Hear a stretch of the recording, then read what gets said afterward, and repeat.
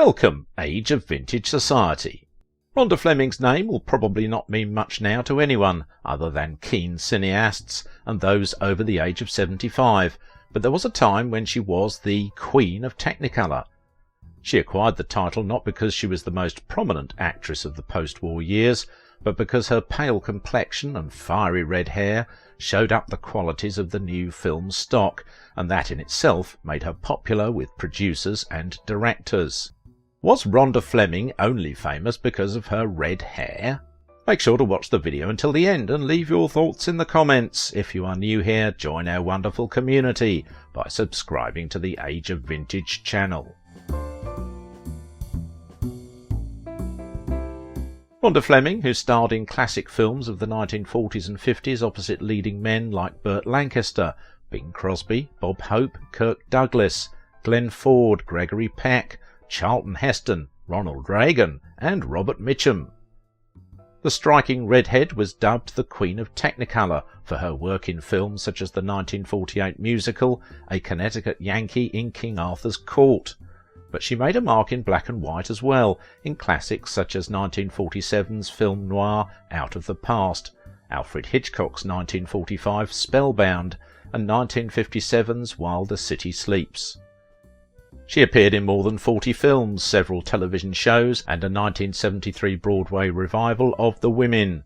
She also had a singing career highlighted by engagements at the Tropicana Hotel in Las Vegas and at the Hollywood Bowl, where she appeared with Skitch Henderson and his orchestra. With her flaming red hair and lush figure, Rhonda Fleming was one of the most beautiful women in movies in the 1950s. She was sometimes known, like her fellow redhead Maureen O'Hara, as the Queen of Technicolor, a label she found limiting, though Fleming herself said that she preferred colour to the black and white of her first 1940s films. "I'm glad I was a star back then and not now," Fleming said. "I never had to take my clothes off to appear sexy." Fleming once complained that the studios never wanted more from me than my looking good and waltzing through a parade of films like The Redhead and the Cowboy. The drama of Fleming's life compares with anything she did on screen. The first half of Rhonda Fleming's life was a fairy tale. Born Marilyn Louis in Hollywood, she attended Beverly Hills High School. While her mother and maternal grandfather had been in showbiz, her father had the more prosaic job of insurance salesman. Her parents divorced when she was young, and her mother encouraged her to become a singer, while also sending her photo around the film studios. After fate, or simply good luck, took a hand in matters, talent agent Henry Wilson changed her name to Rhonda Fleming and promised to make her a star. She married for the first time in her teens to her high school sweetheart. He went off to the Second World War, and by the time he got back his new bride had different priorities and was intent on divorce and focusing on her nascent film career. She had a certain presence, maybe it was her height, that exuded confidence. In truth, she was about as naive as many other teenagers in pre-World War II America. She had received no acting lessons, and in spite of being scared to death, she went on. Although her mother was an actress who had appeared on stage with Al Jolson, Fleming never actually wanted to act. She wanted to be a singer. "It just happened," she said. In a real-life Hollywood fairy tale, her career began after she was literally approached in the street by a talent scout and transformed from a Beverly Hills High School girl into one of the leading Hollywood stars of her day. Famed agent Henry Wilson, who also discovered Hudson among others, drove past Fleming in Beverly Hills and followed her in his black limousine. She initially ran away before Wilson explained who he was. "He stopped me crossing the street," Fleming recalled many decades later. "It kind of scared me a little bit. I was only 16 or 17. He signed me to a 7-year contract without a screen test." Wilson got her a contract with the legendary producer David O. Selznick, who was best known for producing Gone with the Wind and Rebecca. Her film career had a suitably Hollywood beginning. Wilson brought her to the attention of David O. Selznick, who put her under contract and had her playing bit roles before her first standout part as a psychiatric patient who hates men in Alfred Hitchcock's Spellbound. "I was cast as a nymphomaniac in Spellbound with Ingrid Bergman," she said. I didn't even know what a nymphomaniac was. My mother and I had to look it up in the dictionary. Their shock, however, did not stop her taking the part. Hitchcock gives Fleming a showcase right at the start of the film. She is brought in to see her doctor, Ingrid Bergman, and scratches the male orderly accompanying her after behaving in a very seductive way with him. "I hate men, I loathe them," Fleming tells Bergman during their session. "If one so much as touches me, I want to sink my teeth into his hand and bite it off." She talks about a time when she did actually bite a man. "I suddenly pretended like I was going to kiss him and sank my teeth into his moustache. I bit it clear off." Fleming got another eye-catching part in the thriller The Spiral Staircase, and she also appeared in the film noir classic Out of the Past as Meta Carson, a secretary involved in shady business. Fleming had an accomplished soprano singing voice, and so she branched out into musicals, playing opposite Bing Crosby in A Connecticut Yankee in King Arthur's Court, her first film in the Technicolor that came to define her image. Fleming was a hot commodity at this point, and she later thought that she didn't choose her parts well enough.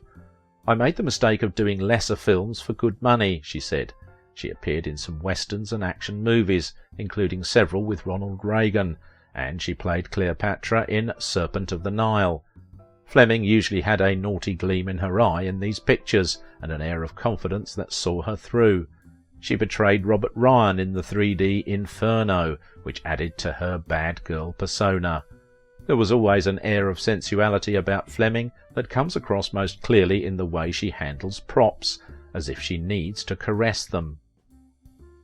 Her finest hour on screen was in Slightly Scarlet, a Technicolor noir directed by Alan Dwan, in which Fleming was paired with another sultry redhead, Arlene Dahl, in a story where they got to play sisters.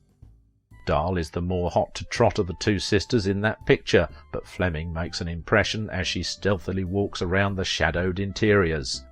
The most memorable thing about Fleming on screen is the way she moves, the way she carries herself, as if she is loaded down with riches, and so has to move somewhat slowly with them. In Bud Burtica's Tense, The Killer is Loose, Fleming is targeted by a criminal, Wendell Corey, who wants revenge against her policeman husband, Joseph Cotton, and she moves in that excellent movie like someone in a trap, like someone who knows they are being watched. Her own favourite role was as Gene Simmons's stepsister in Home Before Dark, which she felt was a good stretch for her. In addition to cinema, Fleming made her Broadway debut in Claire Booth Lewis's The Women, and toured as Madame Dubonnet in The Boyfriend. In 1957, Fleming made her stage musical debut in Las Vegas at the opening of the Tropicana Hotel's showroom. Later she appeared at the Hollywood Bowl in a one-woman concert with compositions from Cole Porter and Irving Berlin.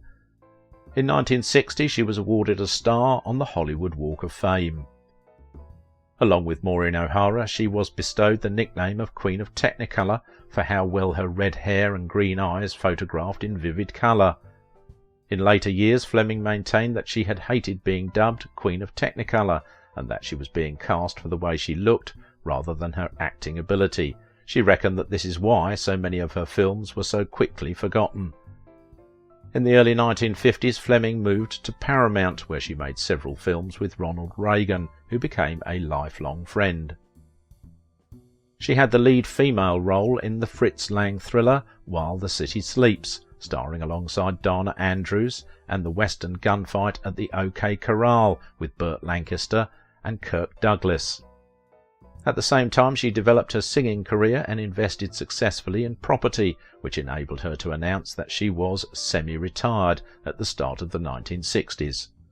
However, Fleming would subsequently make regular guest appearances in hit television shows, including Wagon Train, Macmillan and Wife, and The Love Boat, and the British director Michael Winner gave her a cameo as herself in his 1976 film One Ton Ton, The Dog Who Saved Hollywood.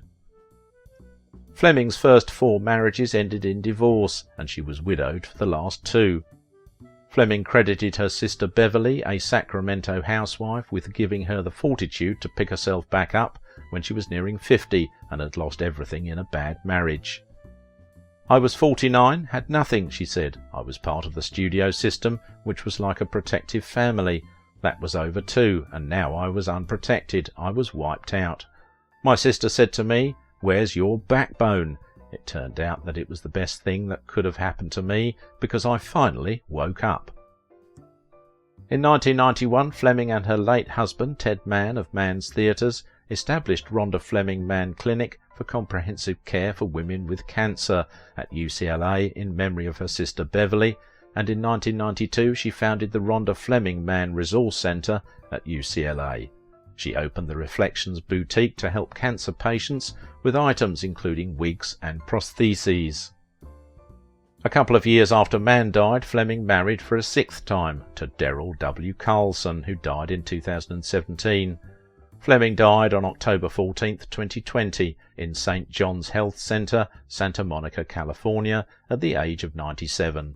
Fleming is survived by her son, Kent Lane. Her name still conjures up an image of opulent red-headed beauty and restless lusciousness, all the more tempting for being ever so slightly withheld. If you liked this video, don't forget to give it a thumbs up, subscribe if you are new here, and if you want to support my work, please visit my Patreon page. Now it is your turn. What do you think about the life and legacy of Rhonda Fleming? With her stunning moves and red head with bright blue eyes, she truly mesmerised the audiences with her look.